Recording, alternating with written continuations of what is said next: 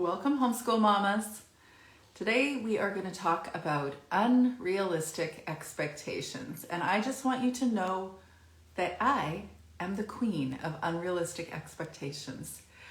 In my book, Homeschool Mama Self-Care, Nurturing the Nurturer, I have a passage all about all the things that I expected to do in any given day. And when you read it, you are just going to go, oh, seriously? That's even more than what I thought I could do. Yeah. I'm the queen of unrealistic expectations. And I can't say that I've graduated significantly from that. I have just learned that I must time block. And time blocking helps me understand how much I can do in a day and how much is unnecessary and impossible to do in a day. And so I'm more realistic simply because I'm being realistic about my time. So today I'm going to introduce you to a homeschool mama mentor that you need to know. Her name is Pat Fenner over at Breakthrough Homeschooling. And as soon as she's here, I will introduce you to her. But in the meantime, I just want to let you know that I have my own unrealistic expectation. I have had my last podcast interview with my daughter, Madeline, this week, who is graduating probably 76 days. She has a number magnetized to the fridge every day to remind me when she's going to be leaving home. Yes. Well, my unrealistic expectation is she will stay here forever. So, unrealistic expectations, I'd say. So because we're free from our conventional time constraints, we sometimes want to fill in our empty gaps or, empty spaces with all sorts of extracurricular activities because we are trying to provide our kids with the best education possible. And so we get kind of unrealistic about putting everything in that anybody has out there to offer because more is better, right? Not always. That's another unrealistic expectation. So today I'm going to introduce you to Pat, and we're going to get chatting about a few unrealistic expectations that we've shared over our years in homeschooling. I can tell you that at this season, an unrealistic expectation is to get everything done that you intended to do way back in the day, somewhere in maybe your planning month, September, August, something like that. And during that time, we often tell ourselves that there's all sorts of things we can do. We have 36 weeks. We have 180 days of instructional time if you're following those kinds of things. And then surely we can just write it all into our schedule and get it all done. Hey, Pat. Hey, how are you? Good. Listen, this is my office today, but tell me if this is too loud. I can take one of the wind chimes down. I can hear you're at a rock concert, a live festival. No. Is it loud? No. Would you like me to take it? I'm sorry. It's good. Yeah. It's good. Okay. All right. I like when we have breezes around here. We don't always have a breeze, so I enjoy it when we do. Ooh, I like hearing your birds. So I saw that your office is outside on your patio today.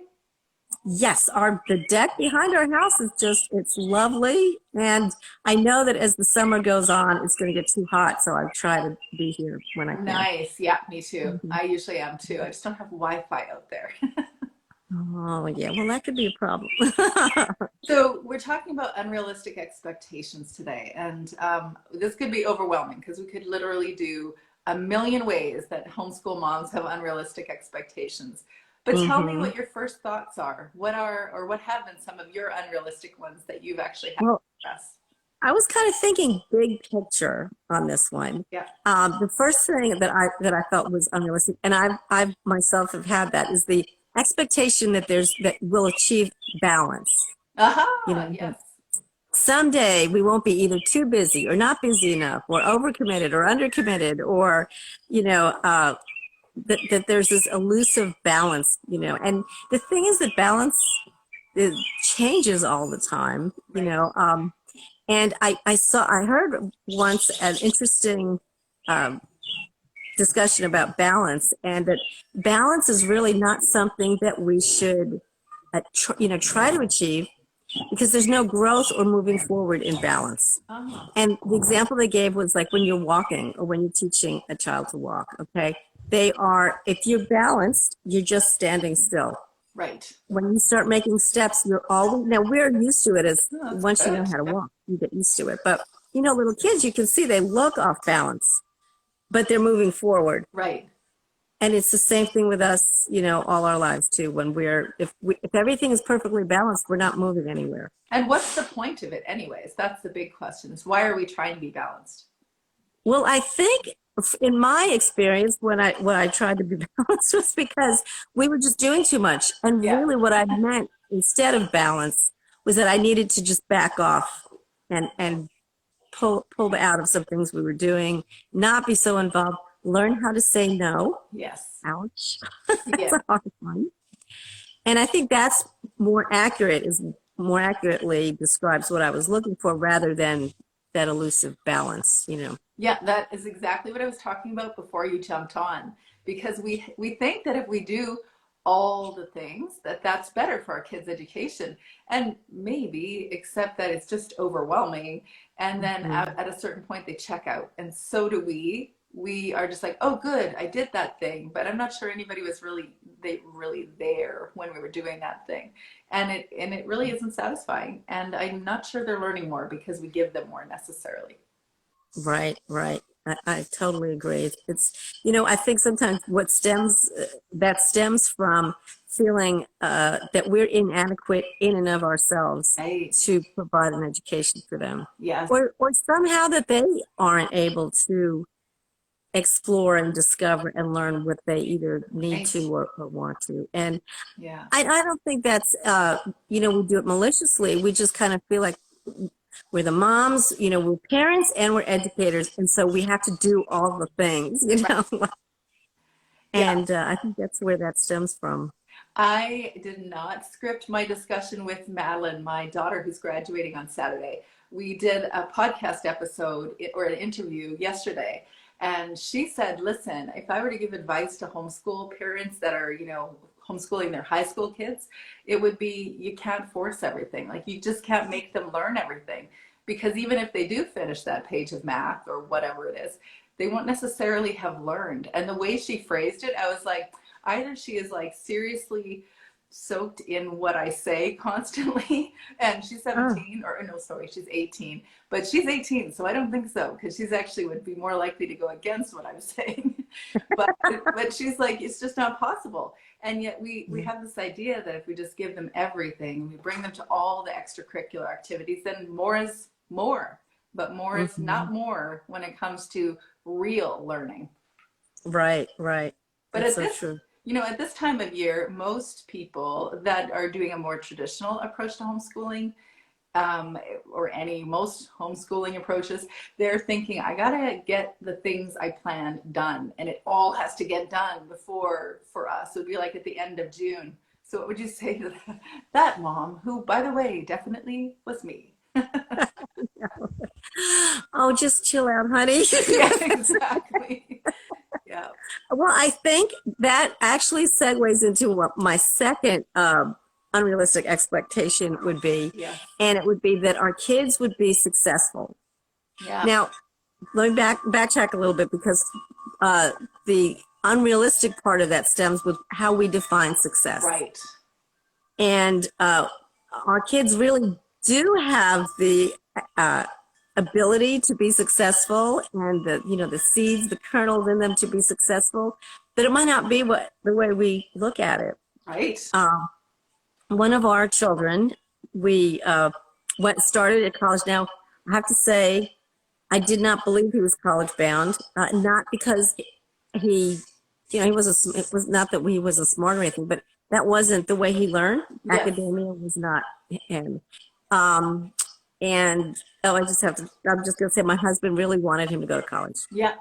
I believed he needed to go to college, wanted him to go to college. And my son was just trying to be a good son. Yeah. So he looked into it, and he found a college that he was okay with and went to college and lasted one semester Right.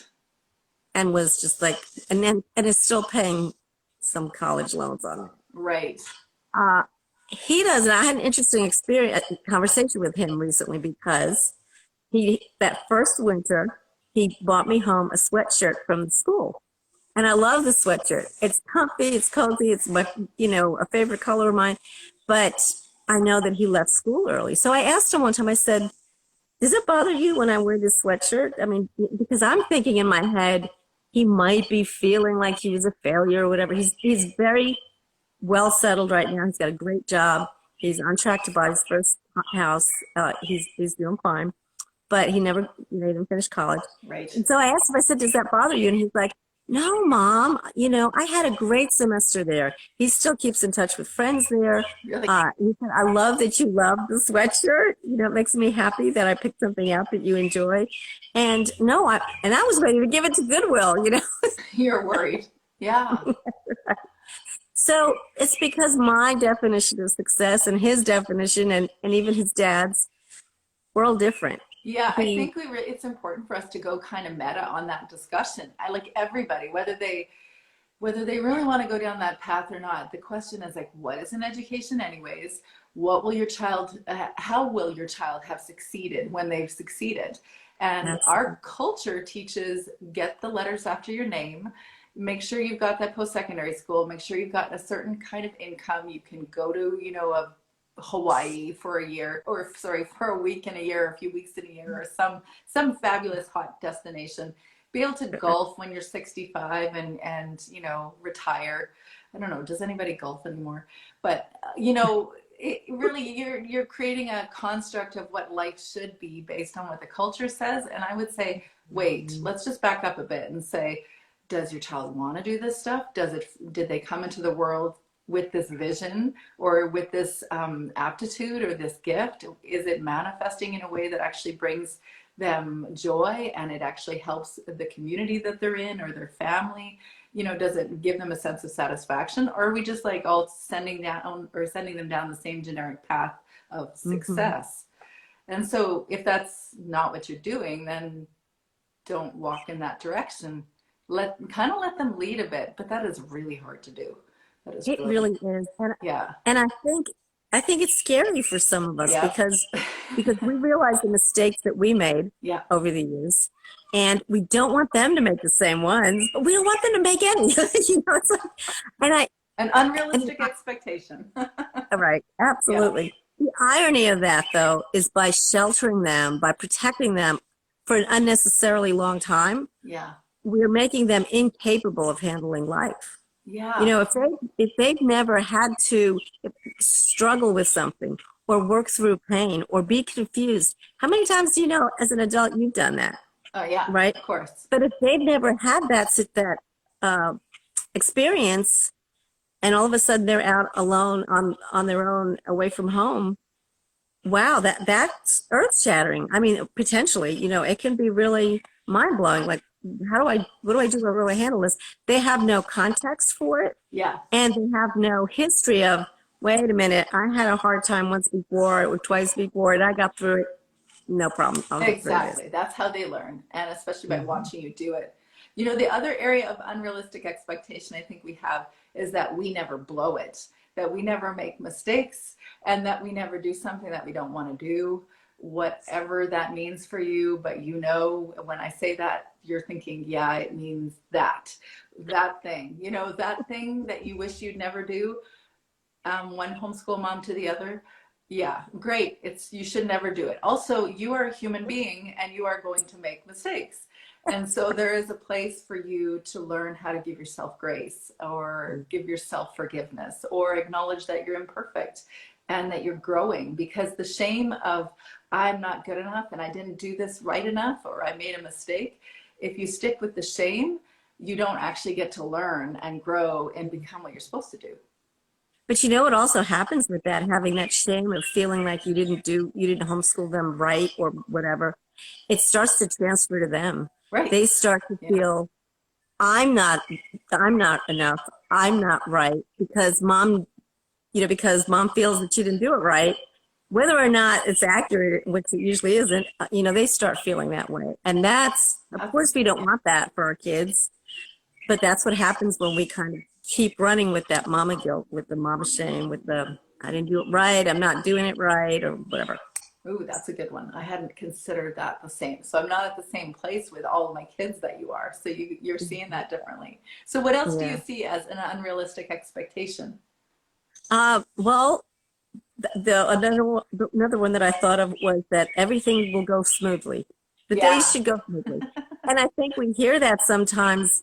I know that's what I felt, like everything because we're homeschooling and it's an organic way of learning and it's a lifestyle and so life will go on, kind of thing, all these beautiful daisies and roses and all that. Yeah. But you're still like you pointed out, we're still human. Yeah. We still and the danger with thinking that too much, focusing on that life should be smoothly, is that when it's not, because it won't be always, then we start feeling like, oh my gosh, we made a mistake. We shouldn't be homeschooling. Yeah. We need to put the kids back in school. This is not right. This isn't working. And then we just tend to blow it all up. Yes. Well, because you should know that if you put your kids into school, they will now become angelic cherubs that you will enjoy Yeah. all the days for the rest of your life. That's what all the school parents say. Yeah. Yeah. Yeah. Yeah. Meanwhile, they also tell us, how could you homeschool? I couldn't be around my kids all the time. Well, that might be because they're bringing stuff home from school that our kids don't have to bring home. Yes. And even still, when they're at home, there's still stuff where you're like, okay, I'm good. I don't need to hear you complain again. Or, yeah. Yeah. Unrealistic expectations of our kids too, though, because I find this consistently. I kind of want to adultify my kids.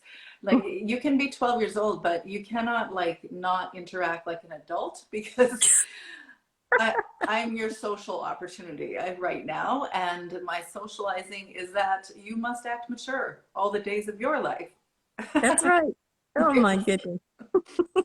Yeah, that was tricky. That was tricky because I actually think Well, that one's a mixed bag. Like that's the goal is that you're supposed to help this child grow up to be an adult, and right. also they're not an adult all at the same time. But the ironic thing is that I think that kind of comes from, for me, that comes from sometimes, your kids will be more mature. I mean, Yep. they will be adult, but they will be more mature and, able to interact. And so you'll get feedback from people say, oh, that's your baby. Like I get this all the time with my youngest at home that she's going to graduate next year, but she's my baby, Yeah. But people say, oh, she's not in college. I mean, she carries herself. So, I mean, she's got to be older. So you're constantly hearing that. But then when they act like children, which they still are, maybe not my daughter right now, but, then you're thinking, wait a minute, people say you're mature. You can't be doing this. Exactly. Except that I think it's called a prefrontal cortex reconfiguration, especially in the adolescent era where things just keep shifting so the brain is working properly so they can actually adultify. But in the meantime, we have to officially be patient. Remind me later. Yeah, Yeah. that's right. I'm going to say. Something I think we also need to do is sometimes time block or record how long our activities actually take in a day so we can be realistic about how much we can actually do in one 24-hour period. That's excellent. That's a really good activity to do. Like, just take a day or a week Yeah. and try to do that. And you'll miss things and stuff like that, but just to give yourself an idea. You can do that too. Like there's timers you can set on your phone or things like that. Yeah. There's ways to do it to make it easy, easier to do that. But it is amazing because I'll look at on Sunday nights, my daughter and I get together and we do our weekly to-do sheets. Oh. And there are a lot of things. There's a personal section and a work section. And hers, of course, was school. And I look at these sometimes on a Friday after I'm supposed to finish them. I'm like, what was I thinking on Sunday? Because it really is more like a brain dump. I do have to put it down on paper or it will fly away, But I'm not always. I say to myself, I write different things in a day. I do it with my journaling in the morning, but I kind of bullet journal without all the cutesy stuff. I just straight up, write my little thing, but I write different sections of things that I do in the day. For myself, it's homeschooling and homesteading and writing. and where am I driving today, or who am I meeting today, what Hmm. people am I meeting today. And so I'll write different areas and then I'll check it off. But all the extra things, sometimes those go from one day to the next to the next to the next until I finally get it done.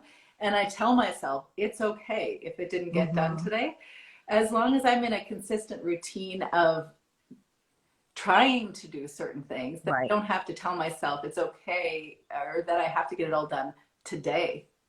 Right. But Well, that's why I started doing it on a week thing because yeah, my father-in-law was living with us for probably about 2 years a few years ago, but he was 90. He was getting old. We had to do doctor's appointments. He ended up developing dementia, and I would have something on my list for the day and realize you've got to be kidding. You've got two doctor's appointments. Your husband, Paul, travels when he works, so I couldn't ask him, for any help. And, I have to do this, just in home things, laundry and things like that. You've got to be kidding. You really thought you were going to get all that done today? But if I do it in a week, I have a few minutes here. I'll, get this one off kind of thing. yeah, yeah, And that's a useful way to do it too. I, yeah, that helps me. sometimes we have to factor in how much emotional time stuff takes. And one of the things that we have to factor in, especially when homeschooling, is that there's going to be squabbles and there's going to be disagreements and there's going to be kids with bad days, and you're going to actually have to not only include the amount of time that, and maybe it's not exact time, but recognize that there is an emotional event that happened and you might not be ready to go on for the rest of the day. They might not either. That is huge, Yeah. especially and honestly, that's a fairly relatively new concept for me that it just didn't play into my psyche or whatever. Yeah. I'm a firstborn, Yeah. so we get things done, kind of thing. Me too. But yeah, Surprise. but I'm sorry. Surprise. Yeah, No right. surprise. No surprise, right? Yeah. But but the emotional either fallout or I don't know, however you want to call it, really does affect how productive you can be, how constructive you can be, how positive you can be, which all plays into all of that stuff. Having realistic or unrealistic expectations. In the past year, we've had a lot of stress in our family, Surprise. and No surprise. yeah, Yes. right. Welcome to Even everybody. Yes. right. Yeah. Even above COVID, we've Yeah. lost both of Paul's parents who were with us and stuff, and other things that I hadn't been counting on as having all this emotional fallback. And so when things happen and I feel like I should have gotten this accomplished this week. Like, no, I have to step back. No, just give yourself grace. Yeah. It was a tough week. Yeah, yeah. And Mhm. when we're having even normal kind of stressful stuff, when we have kids that are not sleeping through the night, or we have a kid that's sleeping with us, or somebody's sick, or a bunch of kids are sick, because it's usually more than one Yeah. at a time. Yes, it Um, used to be. yeah, you're just gonna have to accept the fact that, you know what, if you don't do something for today, or don't do something for the next few days, I guarantee you, your child will be fine. Their education is good. You have years yet ahead of you, so you're okay. They're okay. Hmm. The other thing I would say, though, is that sometimes we need to unschool our lives. And I know that everyone doesn't like the unschooling notion, but if we can take anything from the unschool community, is to follow down your passions or follow the things that you like. And instead of always thinking you have to do every single thing that everyone's doing, choose the things that are really important to you and focus on Hmm. the things that are important instead of focusing on the things that your mother-in-law thinks are important for you, or random people in the grocery store, or Oh, yes. always grocery store people, and also online grocery shop. This is tangential, but actually I was in the grocery store for the first time grocery shopping this week. I've been doing online shopping all year, and I highly recommend that. I am going back to that because I came around a curve, just an aisle, and saw all the ketchup and mustard and thought, way too many options. Way too many. I just want mustard. And that was overwhelming. That was a weird experience for me in a grocery store. I'm kind of a professional shopper, as you can imagine, as a mom of four. But Yep. that was a wild experience. But that's the same thing with, say, homeschool curriculum, going Oh, into yes. a curriculum vendor hall, or even online and say, how many things should I buy, or what should I buy for language arts, or for whatever. you do not have to assume that there's one right thing, but there definitely is not a requirement for you to get all of the stuff or try out the Hmm. stuff even. Yeah. I would say when you go, don't ever bring a checkbook or a credit card to a homeschool convention the first time you're going. Don't do it. I brought an empty rolling piece of luggage. That was Oh, expected to yeah. fill it. Oh, Still yeah. using that curriculum today. Yeah. Well, and I think too, uh, all of these stressors, and these expectations kind of create a vicious cycle because uh, trying to deal with them or manage them or experience them is exhausting. I mean, Yeah. it tires us physically, wears on us physically, which makes us less capable of dealing with them, which makes us more tired. You know what I mean? Yes. So I think it's so crucial. And I know it's difficult, especially when you have little ones, Yeah. to get rest. And I know you're homeschool mama self-care. I know who I'm talking to, but Yeah. it's just important to remember that you need your rest. It doesn't matter if you have, four little ones under 5. Like, you still need your rest. You're still human. In fact, And four that will, under five, that does sound exhausting. oh, Yeah. yes. Yeah, I have a friend who, yes, 4 under 5. Oh, bless her heart. Yeah. We feel for And you. Yeah. you still need to rest because you can't deal with them. And sometimes you create the unrealistic expectations because you're so exhausted. And so Yeah. it kind Sleep is the of, baseline. It's the foundation for everything. It's so mhm. not fun to talk about. It really isn't fun, but it is actually the number one thing that we need. And I know that when we are talking about it, your youngest is about to graduate. My youngest is, well, actually only 6 years past that. He finally slept through the night fully at 6 because we brought Wow. him into the Arctic and messed with his sleep for a summer. But anyways, I know what it feels like to be at that point, but it actually does shift. And you can only do what you can in that really sleepless young child season. It will Mhm. shift, but you have to be able to create healthy sleep patterns for you as well as your kids and actually Mhm. follow through with them. Yeah, that's really important because your kids can't handle things either when they're not rested. I mean, No. none of us can. And the first thing when I have homeschool moms tell my child won't sleep or whatever, I'm like, focus on that. Yeah. Forget about the academics, forget about the schools. Even with the older kids, just focus on getting your child asleep so that everybody in the family is getting rest. Yeah. And then you can start working on your expectations and what you want to do and planning your day and all that stuff. Yeah. And this too shall pass sounds really trite, except it will. Yeah. It also will. So do you have any Yeah, other I never thoughts? I never liked hearing that either, I this know I crucial shouldn't path. say that. I know the same thing is, what is the one that they say the days are long but the years are short? Yeah, the days are long, but the years are short. But Yeah, it's yeah. true too. I know. And my dad always used to tell me, just hang in there. And I'm like, Dad, trying. Yeah, I know. Yeah. And how about this one? Expect messes. When my kids were younger, I wanted stuff to be clean. Thank you very much. And we are at home, so why isn't it? Because I have lots more time now. Dang, did I just lose Wi-Fi? Okay, Hey, sorry, I thought there. for a second. Good. We actually lost Wi-Fi all of this morning, and I didn't know I'd be here. So this is the Oh my gosh. story of my existence where I live. So expect messes. And so when my kids were younger, I actually was less comfortable with messes. And if I could show you around my room right now, very You tidy know you right moved here. on. Yes. Yeah, I think we have to be realistic about what kind of mess we're going to have because you are going to have a lot of stuff around your house if Mhm. you're homeschooling. Yeah. And honestly, now that my youngest is, or a rising senior in high school, I can keep my house nice. And it's not all I thought it would be.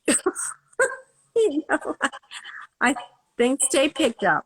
Every once in a while, I can see where she's been, she left a blanket on the couch or something like that. But generally speaking, I'm not stepping on Legos. There's not sticky stuff on the counter, all those things. Oh, Um, nice. yeah, it's nice, I'm but not it's there. like, yeah. It's enjoy the messes, I would say. I know that's hard to do because I had a hard time doing it, but I didn't have anybody telling me that either to enjoy it, you know. So, Yeah, enjoy it because if it's not there, it means they're not there. hmm, Yeah. right. Yeah, So, that's sad. one that people often give this idea that all homeschool kids are smarter than school kids, which is like there are some kids that are smarter, but I mean, what is smarter, anyways? But the same thing for school kids. There are some kids that have high GPAs, and I'm not sure GPA equates with smarter, by the way. But Right. we all have our smart. But there is definitely an expectation that your kid is homeschooled, so they're very smart. Unrealistic expectation of your kids for sure there. Absolutely. And that ties into what we were talking earlier about, that all homeschool kids will be successful. Your kids will, Right. what's the definition of that? And those are good conversations to have, what is smart? There's so many different kinds of intelligences, Yes, and exactly. and academic is only one of them. And it's really not, my opinion, it's not really even the biggest one. Because once you get out in the world, no one's going to when you get a job, no one's going to hand you a textbook and say, this is your job. Go through this book, learn this, pass all the tests, and then you can do your job. Like it's a lot of times, you're learning on the fly, or Yes. you're learning from other people, or you're finding files that your previous, the previous person who held your position did, and you're learning from that. Like it's not cut and dried, you No, know? nothing. No learning is like that. Although when you do talk about that, it does remind me of my past nursing experience when they gave me the policy and procedure manual that was like this thing and said, you need to know this. And I was like, this is why I don't like this. I love the people and I love connecting with the people. And the whole EQ really is more useful long term in your life than Mm-hmm. IQ anyway. Yeah, However, I absolutely. value IQ and I value people that are intelligent in their own unique ways. But the key is that you have your specific children in your homeschool, and all Mhm. you're having to do is address them and advocate for them and facilitate their education and not compare yourself to the neighbor's kids or to somebody down the road. Absolutely. Absolutely. Yep. So, and how about this one is probably more pertinent in the United States than Canada because I hear about it very commonly in America than here in Canada. There's that idea of having college classes in your high school years. That's not something that's an automatic here. You actually have to seek that out here. Mm-hmm. But I think it's a fabulous idea. My second daughter did it, but I don't think that we have to expect that our kids are going into college classes because they're in high school. Mm-hmm. No, I agree. Although I did appreciate the fact that because they did that, I didn't have to teach some subjects. Oh, So, yeah, totally. Okay, in my experience, high school is easier, but that is only because I have a very academic kid. So, which you can hear about on the podcast next week, actually.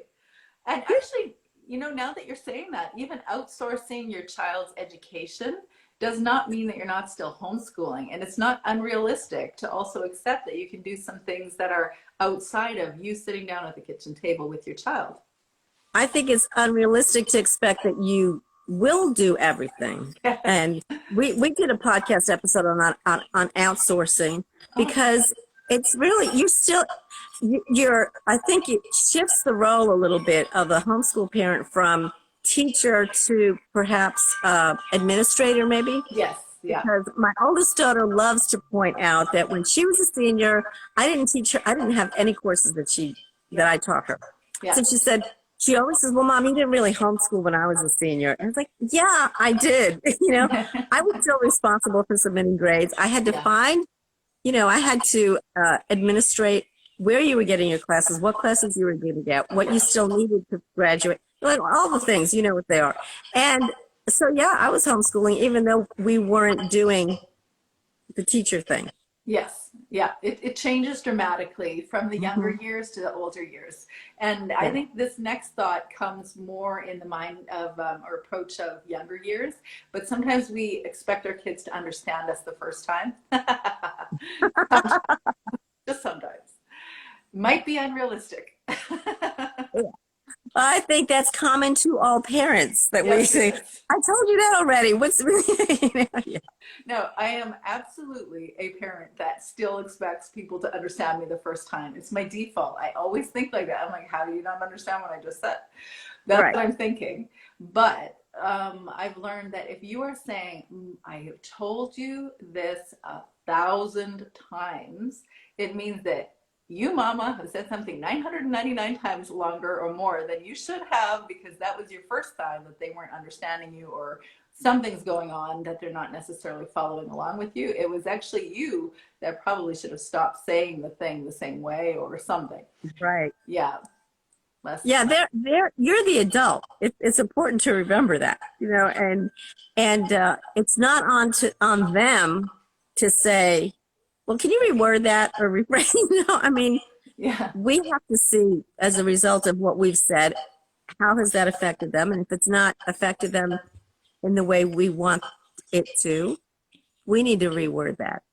But in case one of my kids can actually open the door right now, which they can't because the door is locked, but if they could, they would go, why would you say that one? Because that one is not my strong suit. So I just want you to know that I know that to be truth, but I also know that it's a challenge for me.